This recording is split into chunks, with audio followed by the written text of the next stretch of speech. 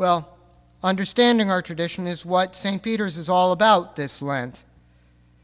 As you may know, during Lent, the St. Peter's community is centering its attention on the Nicene Creed.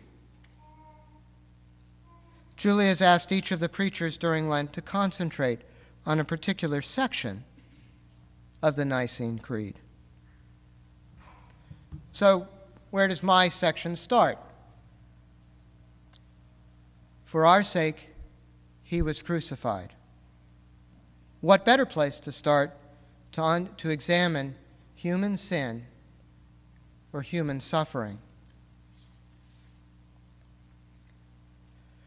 The Creed tells us that unlike the God experienced by others, our God came to us in the form of Jesus of Nazareth. That Jesus was of the very essence of God. And if you want to know what that's about, you should have been here last week when Sister Dr. Nancy Stevens talked about it. I'm not very good at it, but true God from true God. Completely divine, but importantly, completely human.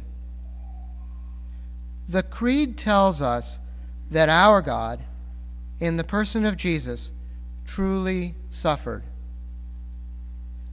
one of the most hideous and cruel forms of execution ever devised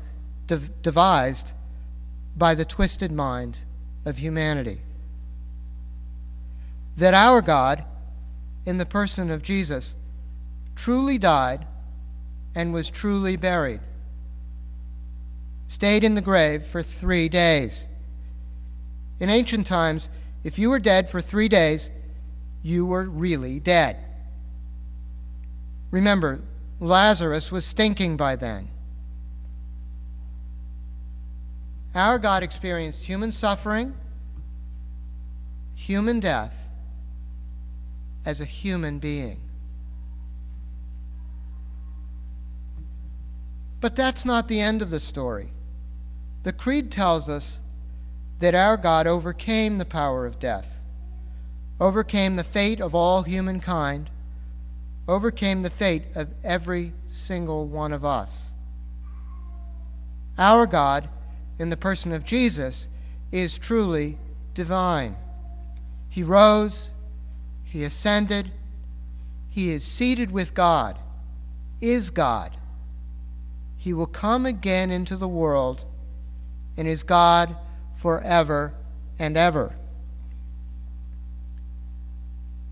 Our tradition tells us that however we think we understand God in our everyday lives, however distant we may sometimes feel, our God, for one moment, was absolutely, completely one of us.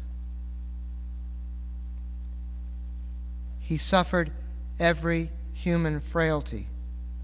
God suffered the worst treatment one human can offer to another.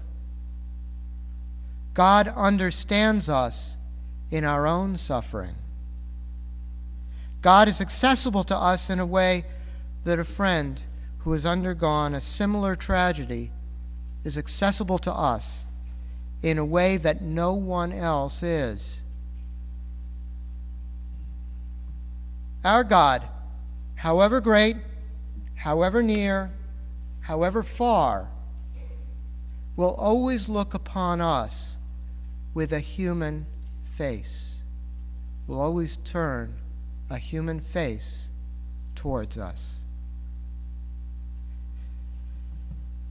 Our God came to us, to paraphrase St. Paul, was reconciling the world, the entire world, all of our humanity, all our warts and pimples, to God's self in Christ.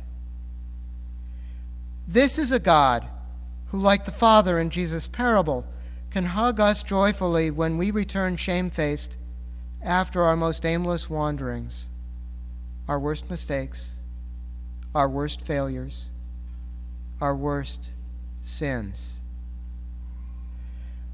This is a God who, in the words of the writer of the first lesson today, truly understands that each person is precious.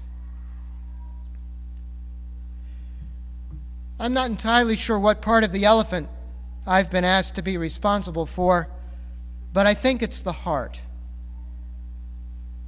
I'm not any closer to understanding why humans hurt one another or why humans suffer.